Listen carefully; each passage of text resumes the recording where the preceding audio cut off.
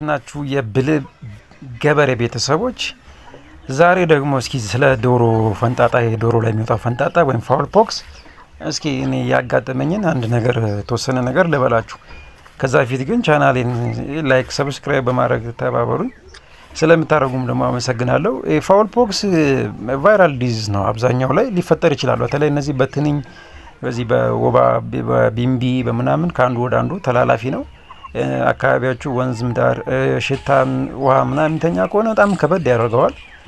አናታቸው ላይ ኮኮናቸው ላይ የመውጣት እና ውስጣቸውን የበሽታ የመከላከል አቅማቸውን የመግደልና ሌላም ባክቴሪያዎች እንዲፈጠሩ የማድረግ እድል በጣም ሰፊ ነው። በጣም መጥፎ በሽታ ነው እሱም እና በቀላሉ ቫይራል ዲዚዞች ብዙ ጊዜ መድኃኒት የላቸውም፣ ግን በአንቲባዮቲክ ትሪት ማድረግ ነው። ሌላ ባክቴሪያ እንዳይገባ መጠቀም ይቻላል። አንቲባዮቲኮችን መጠቀም ናቹራል የሆኑ አቅም ከሌለ ለምሳሌ ዝንጅብል፣ ነጭ ሽንኩርት መስጠት ነው። እሱ በጣም አሪፍ ነው እና ካልሆነ ደግሞ አለ እንትን ላይ ፋርማሲዎች ላይም አለ ኦክሲ መጠቀም ነው። ለውስጣቸው ሌላ ባክቴሪያ እንዳይገባ እንዳይጎዱ እሱም መስጠት ነው። ከዛ ውጭ ግን ያለው የፈንጣጣው እግራቸውም ላይ ከስርም ላይ ኮኮናቸውም ላይ ስለሚወጣ እሱን ደግሞ ማጥፋት መቻል አለባችሁ።